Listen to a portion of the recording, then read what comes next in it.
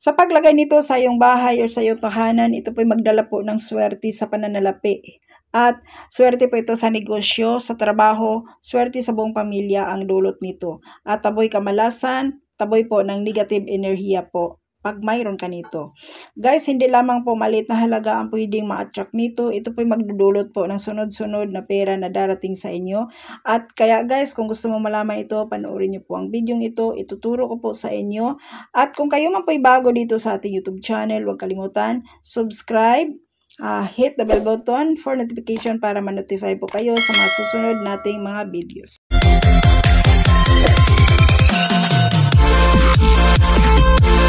Dito guys, sa inyo pong bahay, ito po ay makatulong sa inyo upang mag-attract ng swerte. Napakalaki po ang dulot nitong pagbabago sa iyong buhay kung ito po ay regular niyo itong gagawin. Guys, ito po guys ay napakalakas nito mag-attract ng pera. Hindi lang po maliit na halaga ang pwedeng dalhin ito sa iyo. Ito po ay magdala po ito ng pagyaman. Guys, ang cloves, ito po ang ating cloves. Ang cloves naman, ito po ay mag-attract po ito ng kasaganaan, pera at yaman. Pangalis po ito guys sa kahirapan. Kaya guys, kung gusto mo itong malaman kung paano ito gawin, watch this video until the end. Ituturo ko po sa inyo. Gamit lamang ang mga bagay na ito. At ito po ang mga dapat nating ihanda. Bawang, 3 piraso lamang po na bawang, and then cloves. Hindi po familiar sa cloves guys, ito po ang cloves, mabibili po ito sa Shopee or sa Lazada.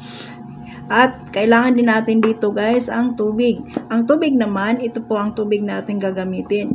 Nilagay po natin ito sa baso guys, and then malinis na tubig po mula po sa ating gripo. Ayan. And then pagkatapos nito guys, kapag na-ready na po ang ito, magpwisto or pumwisto po kayo na nakaharap sa may silangan, and then magsindi ka ng kandila, and then gawin niyo po ito kung tahimik po. Huwag po yung maingay. Kailangan po magkaroon ka dito ng focus. So ngayon, pag ready na po, ang gagawin niyo po guys, no, magsindi ka na ng kandila. Sindihan niyo po ang yung kandila guys, kasi mas mabilis matupad ang inyong mga wishes, mas malakas ang pampaswerteng inyong magawa kung ito po ay may kandila na nakasindi. Sa kandila naman po guys, kahit anong kulay, pwede mo itong gamitin. Pwede pula, pwede puti, no? Then pwede rin siya green na kandila. Ngayon po, sa tubig naman, ang tubig na ating ginagamit ay ito pong nanggagaling sa gripo natin. Ang tubig po guys ay may buhay ito. At pwede kang mag-manifest gamit ang tubig. Kasi guys, ang pinakamataas na percentage po sa ating katawan ay ang water. Kung walang water, so mamamatay po ang tao. Di ba po? So ang water may buhay. No? So, once na ito po ay nagawa ninyo ito, mag-attract po ito ng unexpected na pera sa inyo, mag-attract po ito ng abundance, prosperity, at nag-ano din ito guys, protection din ito sa mga usog or sa mga kulam. At kung gusto mo makabayad ng mabilis sa iyong mga utang guys, ayan, dapat mayroon ka nito. Ang bawang guys kontra usog, and then swerte din ang bawang sa kapirahan.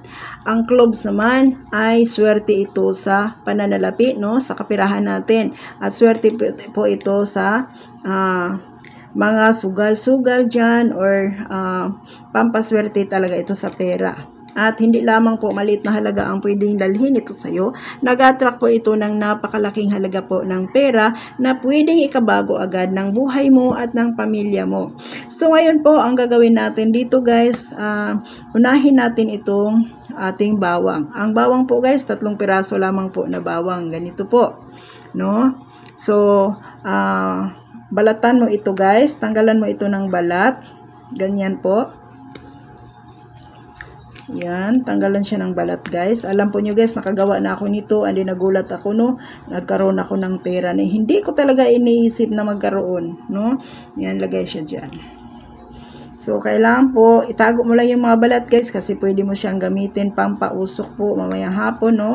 Maganda nga nito, magpapausok ka ng balat ng bawang guys, kasi ang balat ng bawang pangtaboy ito sa mga insekto at sa mga kamalasan, yung pantaboy masamang espiritu po, no. Yan. So Ang bawang na gagamitin po ninyo, kailan pong bago guys. Malaman mo naman kung bago yan kasi masangsang pa yung amoy. Ayan. So, ito na po, nailagay na natin ang 3 pirasong bawang. Ayan.